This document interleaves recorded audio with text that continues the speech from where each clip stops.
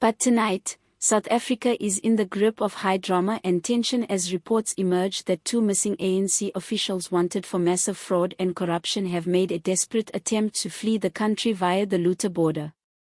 General Mkhwanazi has since declared a national red alert, ordering every border post, airport, and seaport to be locked down in what could be the biggest political manhunt in modern South Africa.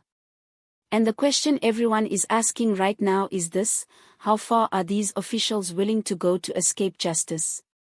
And who helped them disappear in the first place? According to insiders, intelligence units received information suggesting the two fugitive ANC officials were being smuggled out of the country late last night under the cover of darkness.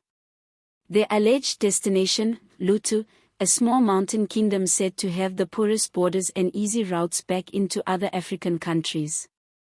At 2:45 a.m., border control officers at Mazarero Bridge received a red alert from Pretoria, prompting immediate vehicle inspections. Just hours later, two luxury SUVs were stopped at a remote crossing point between Wepener and Meeting. Inside one of them, police are said to have found a stash of fake passports, heaps of cash, and millions of rands worth of gold jewelry. But by the time the cars were stopped, the two suspects had managed to get away. Two bodyguards and their driver were arrested on the spot. The discovery has only deepened suspicions that the attempted escape was coordinated from inside ANC networks. By dawn, General Mkhwanazi had already called an emergency press briefing. Standing before a sea of flashing cameras and microphones, his tone was sharp and uncompromising. These individuals are running from justice, not persecution. The people's money has been stolen, and we will recover both the funds and the fugitives, dead or alive. He said Interpol and the South African Defence Force have now been placed on alert, with troops deployed across the Lat and Mozambique borders, and special units patrolling highways leading out of Gang and Free State. Many described the manhunt as one of national integrity, stating that political influence would not stand in the way of justice. "This is not a witch hunt," he declared. "It's an awakening. The old system that allowed criminals in suits to walk free is finished." Investigators close to the operation believe the fugitives got inside help from powerful political figures who tipped them off about the warrants in advance. Security footage from Otbo International Airport purportedly shows an ANC line business executive meeting with one of the suspects 2 days before the disappearance. A leaked memo from the Hawks shows one of the vehicles used in the escape attempt was registered to a company owned by a known ANC treasurer, raising more questions than answers. As one investigator characterized it, this was not random. They had access to money, transport, and fake documents, all organized in a rush. Someone high up helped them vanish.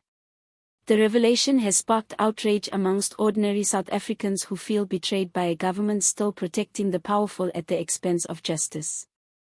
At Latchley House, the tension is unbearable. Multiple reports show that senior party officials are divided over how to respond to the crisis. While some demand that the ANC cooperate fully with Mkhwanazi's task force, others privately fear that doing so could expose even more skeletons in their closets. An anonymous ANC source told reporters, "This is no longer about just two officials. The investigation is pulling in people at provincial and national level. It's spreading faster than anyone expected." In the meantime, President Cyril Ramaphosa is said to be closely monitoring developments, though his silence has raised eyebrows. Opposition leaders have already seized the opportunity to criticize him, calling for an immediate cabinet reshuffle to remove anyone under investigation. As news of the failed escape broke, social media exploded with hashtags like #TopTheCorruption and #Mkhwanazi vs ANC trending nationwide. Protests fled in major cities with angry citizens blocking roads and burning ANC flags in frustration. Many South Africans say they've had enough of what they call political theatre without justice. One protester in Pretoria shouted, "They steal millions then disappear. If it were ordinary citizens, they'd be behind bars by now. We want equality before the law." The frustration is palpable. Decades of broken promises and corruption scandals have left citizens skeptical of whether anyone powerful will ever face consequences. The situation has now drawn global attention. Foreign media outlets in France, the UK, and the United States are covering the story as it unfolds, describing it as a defining moment for South African democracy. Several international anti-corruption watchdogs reportedly reached out to Mkhwanazi's office, offering assistance and intelligence support in tracking offshore accounts tied to the fugitives. According to early reports, one of the missing officials had transferred 40 million to a European bank account under a shell company just days before disappearing. If confirmed, it may mark one of the largest politically linked money cases in South African history.